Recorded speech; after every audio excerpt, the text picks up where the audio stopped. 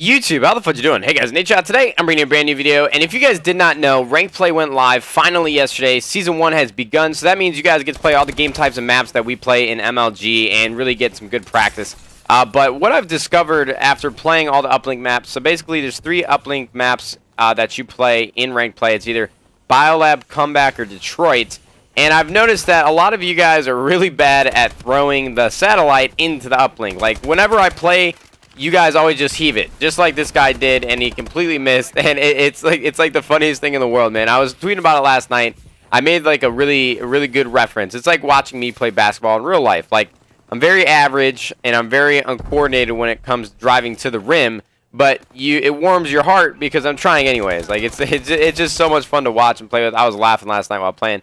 I'm not saying all of you guys. I'm just saying if you have a chance, I'd go into private match and practice throwing the ball. But what we're going to talk about today is actually something that I'm sure probably a lot of you guys did not know.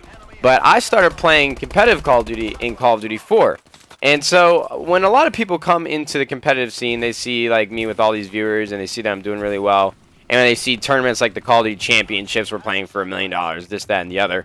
But what you guys really don't know is like how much of a struggle it was financially to be a professional Call of Duty player about 7 or 8 years back when I first started playing. So if you had to take a guess, and this is a question for all of you guys, if you had to take a guess of how much money I made off my first tournament win, I'm curious, like what would you guys actually think that amount would be?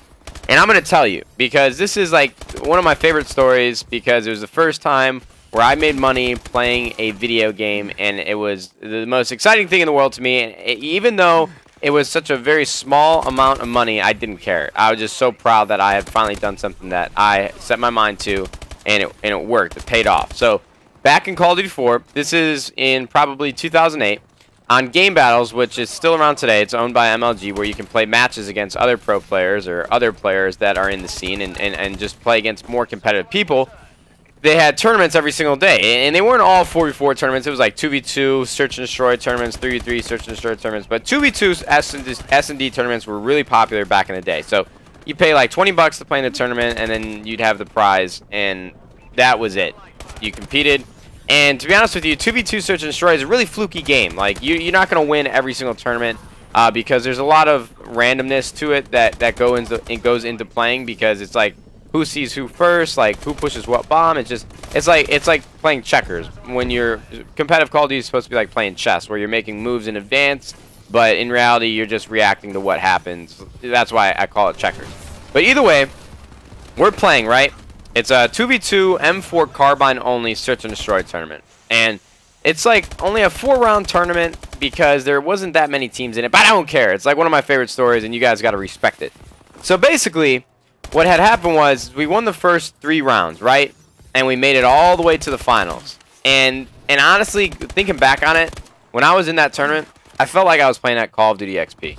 Or Call of Duty Championships. I felt like I was playing for way more money. And if I'm finally going to tell you guys, after guessing what the first prize was, first place was $100 between 2 people. So we each win $50. And I'm telling you guys, I was so freaking nervous playing in this. I wanted to win so badly because, like, my parents at first, when I was playing all this Call of Duty, they weren't always all about it. Like, they weren't like, all right, you can do this 10 hours a day. No, like, it was a constant struggle to play as much as I wanted to and as much as I could.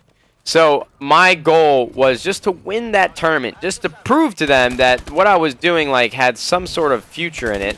Even though it wasn't that much money, I wasn't gonna tell them that I only won $50, but I was gonna tell them, guys, I'm gonna get paid. I got a check. Someone's gonna send me money for winning a tournament. So we win the first map, and I'm on Cloud 9. And we go to the second map, alright? And it's Overgrown Call of Duty 4. I'm not sure if any of you guys played COD 4, if you remember that map, but it's one of my favorites. And we are tied 3-3, right? And back in the day, it goes up to 4. The round count to win was up to 4, not up to 6 like it is now. But back in the day, 3-3, second map. If I win this round, I win the tournament. So I'm in a 1v2. My teammate died.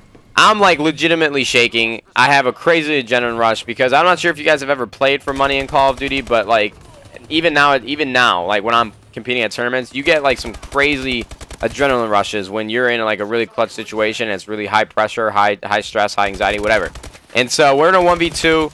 And long story short, I clutch the round. We end up winning the match. And I go downstairs in like the most excited I've been in a really, really long time. Like, kind of like showing off, both to my parents, like, yeah, I won the money. Like, guys, I can actually do this now. Like, I was so ridiculously excited. Probably like, it's got to be like one of my top 10 favorite memories from gaming, and top 5 even, because even though it was for such little cash, it still meant the world to me because I finally had done something that I had set my mind to. So I know that you guys read all these articles about how much money some players are making, and I'm doing really, really well nowadays, but even back in the day, like when it was grassroots, when it was first starting to get big, like $50 to me meant a whole lot. And it honestly, like, it made my day winning that tournament. And I wanted to share that with you, just in case any of you guys might be, you know, it's discouraging when you're playing something that you love, or maybe you're starting YouTube, or maybe you're playing in tournaments. I don't know, but like, it's not just gonna happen overnight. You know what I'm saying? So like, you got to keep at it. It's a long, arduous process that you just gotta put your mind to and keep working as hard as you can to try and be successful while doing this stuff. But I'm going to end that here. I scored right here, and we ended up winning the game. Somebody quit later in this match, but played really, really well in this one. But practice your throws, guys. So thank you guys very much for watching. Hope you guys enjoyed the story. If you guys wouldn't mind, drop a thumbs up for me if you could. And thanks for watching, guys. Have a great day. YouTube, we'll see you fudging later.